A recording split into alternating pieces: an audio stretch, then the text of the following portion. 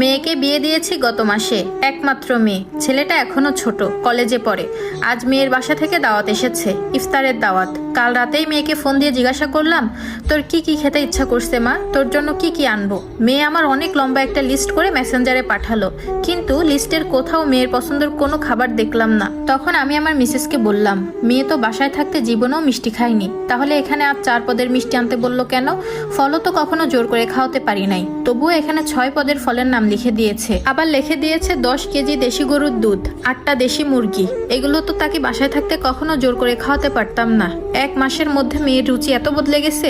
যাক, ভালোই অভ্যাস হয়েছে তাহলে। আমার মিসেস আমার কোনো কথার উত্তর দিল না। এসব নিয়ে যেন তার কোনো মাথা ব্যথাই নেই।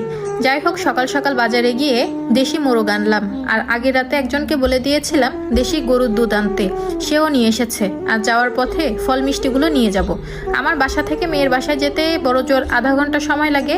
রাস্তায় জ্যাম থাকলে এর একটু বেশি সময় লাগতে পারে। এক সিএনজিতে বসার জায়গা হচ্ছে না, কারণ আমার হাতে অনেকগুলো দেশি মোরগ, মুরগি, দুধ, এগুলো নিয়ে আমি একটা সিএনজিতে বসলাম, আর মা আর ছেলেকে অন্য একটা সিএনজিতে উঠিয়ে দিলাম। রাস্তা থেকে যাওয়ার পথে মেয়ের লিস্টে থাকা ফলগুলো নিয়ে নিলাম। আজ আমার অনেক আনন্দ লাগছে। মেয়েটাকে কতদিন পর দেখবো, কত শত কথা জমে আছে। ছেলেটার থেকেও মেয়েটাকে আমার বেশি আপন লাগে।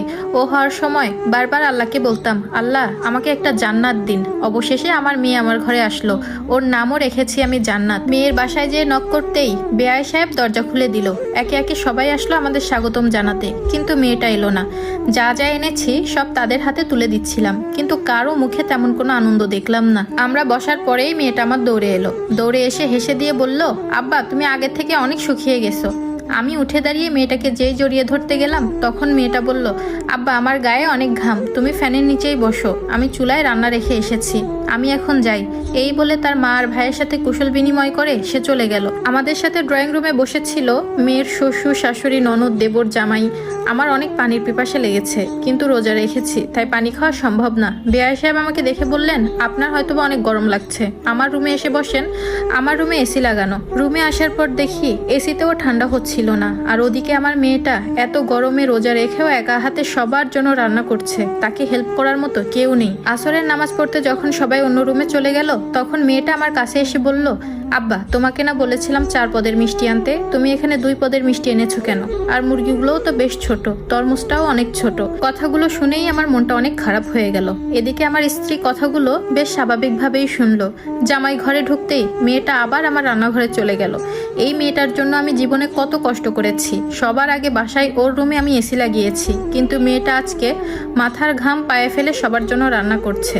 মেয়েকে বিয়ে দেওয়ার সময় জামাইকে একটা এসি দিয়েছিলাম, আর সেই এসিটা আমার বেআই সাহেবের রুমে লাগানো, মেয়ের রুমে লাগানো হয়নি। মেয়েটা আমার কতই না কষ্ট করে। ইফতারের কয়েক মিনিট আগে সবাই টেবিলে একে একে বসছিল। জামাইটা তখন মোবাইলে যেন কি একটা দেখতেছিল আর হাসতেছিল। মেয়েটা তখনও আমার রান্নাঘরে রান্না করছে। আজান দিল, মেয়েটা পাশে একটু কোনো রকমে বসে খেলো। আজান দেওয়া অবস্থায় জামাই বলে উঠলো, চায়ের পানি এখনো বসাওনি? মেয়েটা বলল, আল্লাহ একদমই ভুলে গেছি, এখনই যাচ্ছি। ইফতার শেষে সবাই যে যার রুমে চলে গেল। মেয়েটা আমার টেবিলটা সব পরিষ্কার করলো, টেবিলে থাকা থালাবাটিগুলো সব ধুলো। এক প্রকার বিরক্ত হয়ে মেয়েটাকে বললাম, তুই আমার একটু পাশে বসতো। তখন মেয়েটা বলল, না বাবা এখন বসার সময় নেই, রাতের খাবার এখনো রান্না বাকি, আমার সব রান্না বসাতে হবে। রাতের সব রান্না কমপ্লিট করার পর মেয়েটা সবাইকে খেতে ডাকলো। একে একে সবাই টেবিলে খেতে গেল, কিন্তু আমার খেতে ইচ্ছা করলো না। সবাই জোড়াজোড়িতে খেতে বসলাম, কিন্তু খেতে পারলাম না। আমার মেয়েটা আমার সাথে খেতে বসলো না।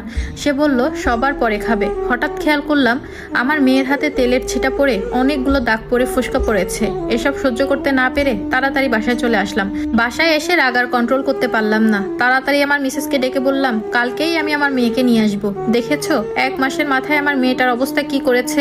বাসায় ওর বয়সী একটা ননদ আছে, ওর শাশুড়ি আছে, ওর জামাই আছে, কেউ ওকে একটা কাজে হেল্প করে না। আমার স্ত্রী তখন নীরবতা ভেঙে বলল, তোমার মেয়ে এখন যে কাজগুলো করছে একসময় আমিও এগুলো করেছি। তোমার তখন কোনোদিনই মনে হয়নি আমিও কারোর মেয়ে, আমারও কষ্ট হয়। বিয়ের সময় আমারও বয়স তেমন বেশি ছিল না, বেশ ছোট ছিলাম। তখন আমার এই কাজগুলো দেখে তোমার তখন স্বাভাবিক লেগেছিল, আর এখন আমার কাছে আমার মেয়ের কাজগুলো দেখেও স্বাভাবিক লাগছে। আমি যখন আমার বাবার বাড়ি যেতে চাইতাম তুমি তখন তোমার মায়ের অসুস্থতা দেখিয়ে আমাকে থামিয়ে দিতে, বলতে তুমি চলে গেলে আমার মায়ের সেবা কে করবে। সবচেয়ে খারাপ লাগতো আমার বাবার বাড়ি থেকে কেউ আসলে সবাই তাদের হাতের দিকে তাকিয়ে থাকতো, কি এনেছে সবাই তা দেখার জন্য।